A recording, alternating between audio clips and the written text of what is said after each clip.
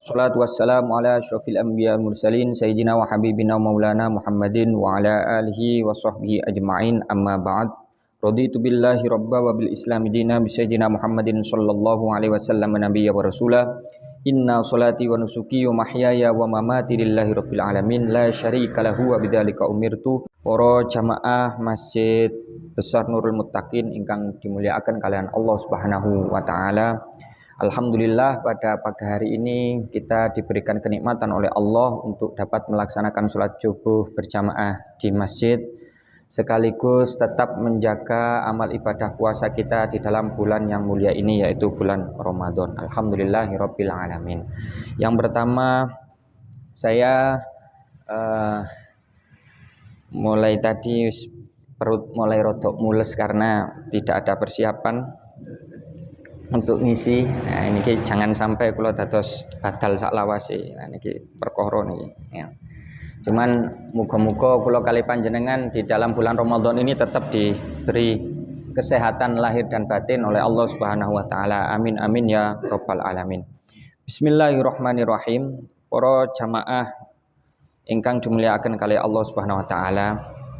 Tentu di dalam bulan Ramadan niki nggih kula sanjang dan santri niku bahwasanya bulan Ramadan ini adalah bulannya bulan yang kemudian seluruh umat Islam di dunia ini, mau itu anak tukang becak, anak jenderal bintang 7 koyok puyer, atau anaknya presiden, semuanya di dalam bulan Ramadan ini sama melaksanakan ibadah puasa, melaksanakan tadarus Quran, melaksanakan sholat taraweh, dan memperbanyak amal ibadah-ibadah sunnah yang lain. Sehingga kita sama-sama di dalam bulan Ramadan ini seolah-olah masuk di dalam bulan yang di dalamnya kita betul-betul dididik oleh Allah Subhanahu wa taala untuk dipermudah di dalam mendekat kepada Allah Subhanahu wa taala. Karena di luar bulan Ramadan tentu kita akan sulit untuk mendengarkan berapa masjid atau musola yang kemudian melaksanakan tadarus Quran setelah sholat isya, sangat sedikit. Kita dengan sukarela melaksanakan sholat taraweh yang nominalnya itu juga tidak sedikit, yaitu 20 rakaat ditambah dengan 3 witir, atau mungkin kalau sudah mulai pertengahan ngenten masjid ini ditambah nanti 11 rakaat. Itu angka yang sangat banyak. Tapi kenapa ketika kita di bulan Ramadan begitu mudahnya kita melakukan itu tanpa paksaan? Tapi kalau di luar bulan Ramadan sangat berat. Qobliyah ba'diyah saja kadang berat. Sholat witir saja ba'da isya kadang berat. Tapi di bulan Ramadan kita dipermudah oleh Allah. Bahkan di luar bulan Ramadan kita melaksanakan sholat sunnah saja, yang mana apabila tidak dilakukan pun tidak mendapatkan dosa, itu sangat berat. Senin Kemis niku termasuk berat. Tapi kenapa di bulan Ramadan kita dengan mudah untuk tetap dapat melaksanakan amal-amal ibadah yang kemudian diwajibkan di dalam bulan Ramadan ini? Ini termasuk Allah betul-betul mencintai kita. Salah satu wujud cintanya adalah dengan kita dijadikan mudah untuk mendekat kepada Allah Subhanahu wa taala. Seluruh umat Islam yang ada di dunia sekarang niki masuk di dalam pesantren Ramadan. Kita dididik di dalam bulan Ramadan.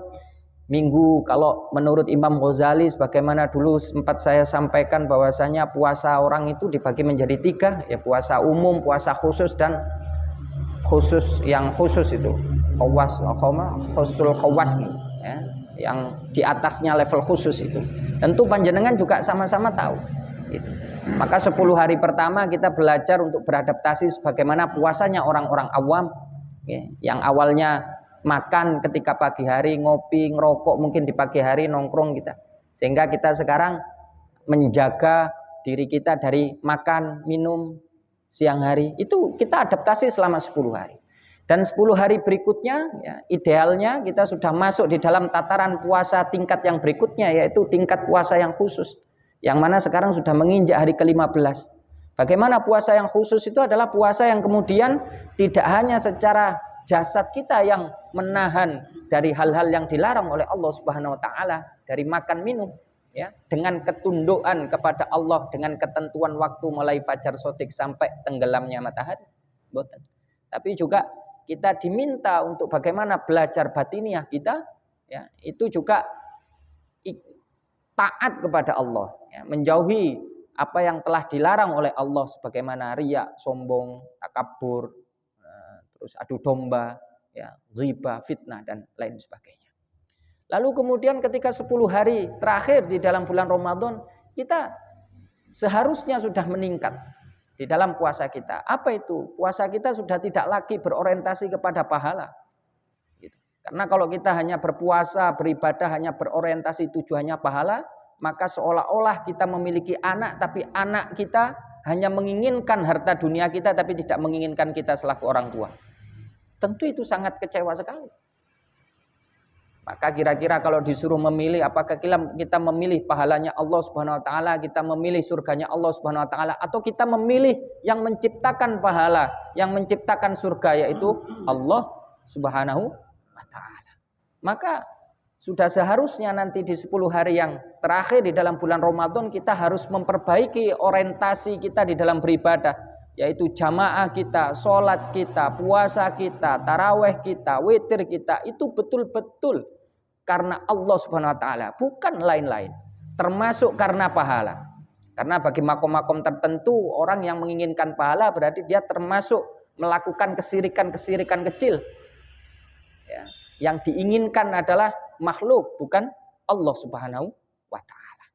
Maka marilah kita bersama-sama untuk di dalam semakin berakhirnya bulan Ramadan ini kita meningkatkan kualitas ibadah kita dengan apa? Jangan sampai salah orientasi. Jangan sampai salah yang dituju. Agar kita tidak menjadi seorang anak yang hanya menginginkan harta orang tuanya, bukan menginginkan orang tua. Nah, tentu di dalam bulan Ramadan ini, kula kali panjenengan berharap agar senantiasa mendapatkan atau bisa memperbanyak amal-amalan sunnah, ya, yang mana tentu kalau kita memperbanyak amaliyah sunnah kita juga berharap syafaatnya baginda Rasulullah Shallallahu Alaihi Wasallam. Nah, bagaimana kita bisa mendapatkan syafaat dari baginda Rasulullah Shallallahu Alaihi Wasallam itu? Maka salah satunya adalah kita berusaha mencintai dan juga kita menjaga agar diri kita itu senantiasa dicintai oleh Rasulullah Shallallahu Alaihi Wasallam. Nah, agar apa? Agar penting, karena tentu kalau hanya berdasarkan amal kita, ibadah kita, saya sudah berumur 35 tahun. Kalau hanya bergantung kepada amal ibadah yang 35 tahun yang telah saya lakukan, rasa-rasanya berat bagi saya untuk bisa masuk di dalam rahmatnya Allah agar dimasukkan ke surganya Allah. Tentu berat. Tidak sebanding antara dosa-dosa yang saya lakukan selama 35 tahun dengan amal ibadah yang telah saya lakukan. Sangat jauh. Maka kita berharap apa itu? Salah satunya adalah syafaatnya Rasulullah Sallallahu Alaihi Wasallam.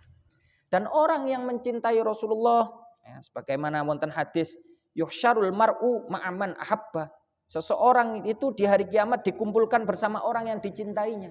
Maka kita berharap dengan kita memperkuat atau meningkatkan kecintaan kita kepada baginda Rasulullah, itu kita bisa dikumpulkan nanti di hari akhir dengan beliau. Amin amin ya Rabbal alamin. Nah, tentu kalau kita mencintai Rasulullah, tentu kita akan masuk surga bersamanya. Sebab wonten hadis, man ahya sunnati faqad ahabbani. Barang siapa yang menghidupkan sunnahku, maka sungguh ia telah mencintaiku. Waman ahabbani, dan barang siapa yang mencintaiku, kana ma'i fil jannah, maka orang tersebut akan bersamaku di dalam surga. Niki Kanjeng Nabi ngonten.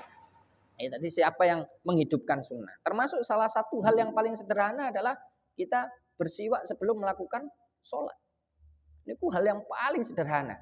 Kita bersiwak bukan untuk mencari fadilah-fadilah yang lain. Kita bersiwak dengan niatan apa? Saya mencintaimu baginda Rasulullah. Maka saya ingin mengikuti apa yang telah engkau lakukan.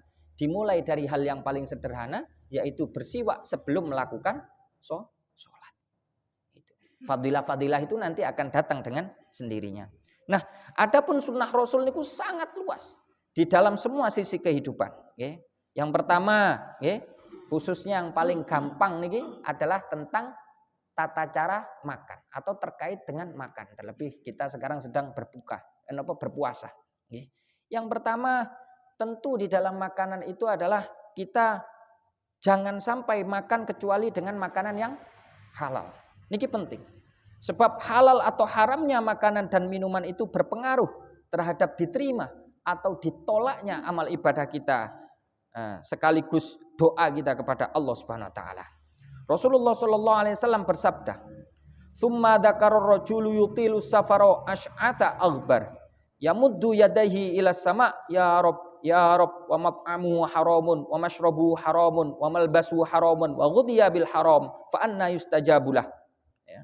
Suatu ketika Nabi menceritakan ada seseorang yang sebetulnya zahirnya sungguh-sungguh berdoa kepada Allah, betul-betul bermunajat kepada Allah. Mungkin satu malam penuh dia bersungguh-sungguh bertafakur, berdoa betul, ya, bersimpu kepada Allah. Namun sungguh-sungguhnya itu di dalam berdoa tidak diikuti dengan apa? Dengan komitmen makan dan minum yang halal. Percuma dia berdoa sungguh-sungguh tapi makanannya haram, minumannya haram, pakaiannya haram, dan semuanya haram, sehingga tidak mungkin dikabulkan oleh Allah Subhanahu wa taala. Karena makanan haram itu ibarat bahan bakar. Kalau bahan bakarnya itu bermasalah, maka tentu mesinnya akan bermasalah. Kendaraan tidak akan bisa jalan alias tidak bisa diterima, tidak sampai menuju kepada tempat yang ingin kita tuju. Hadirin muslimin jamaah salat subuh rahimakumullah. Di dalam hadis qudsi Allah berfirman, "Ya ibnu Adam, atib mat'aka takun mustajab dakwah." Yang artinya apa? Hai anak Adam, makanlah kamu yang halal saja. Tirose Allah, pasti doamu akan dikabulkan. Pokoknya saged jogo weteng dari perkara haram, doa kita pasti mustajab. Itu janjinya Allah. Terus yang pertama adalah kita mengikuti sunnahnya Kanjeng Nabi dengan cara memakan makanan yang halal. Yang kedua adalah jamaah muslim rahimakumullah, bukan hanya makanan yang halal, tapi nyun ngapunten. Kalau makanannya halal, tapi kita tidak tahu bagaimana cara membersihkan piring, mencuci piring, mencuci panci dengan benar, piring dengan benar, alias kalau di dalam agama di ilmu fikih niku wonten thaharah syar'iyyah, bersuci secara syar'i. Mungkin kerja kita benar, menyembelih kita benar, makanan kita halal, namun cara mencucinya tidak benar. Jadi piringnya najis, wajannya najis, pancinya najis, sehingga makanan yang tadinya halal menjadi haram karena kita memakan makanan yang najis, tercampur oleh perkara najis. Oleh karena itu di dalam bulan Ramadan, belajarlah tentang bagaimana cara toharoh, belajarlah bagaimana cara bersuci. Banyak sekarang ustadz-ustadz bisa diminta bagaimana cara mencuci baju agar tidak terkena air, agar tidak mustakmal, airnya tidak mustakmal, airnya tidak terkena najis dan lain sebagainya. Itu kita banyak sekali sekarang ustadz-ustadz yang bisa mengajarkan kita itu. Termasuk salah satu ikhtiar kita adalah mengirimkan anak kita agar dia belajar agama di dalam pondok pesantren. Itu salah satu cara untuk agar kita menjaga kesunahan-kesunahannya baginda Rasulullah SAW. Dengan apa? Dengan kita belajar bagaimana mensucikan wadah-wadah dan pakaian-pakaian kita.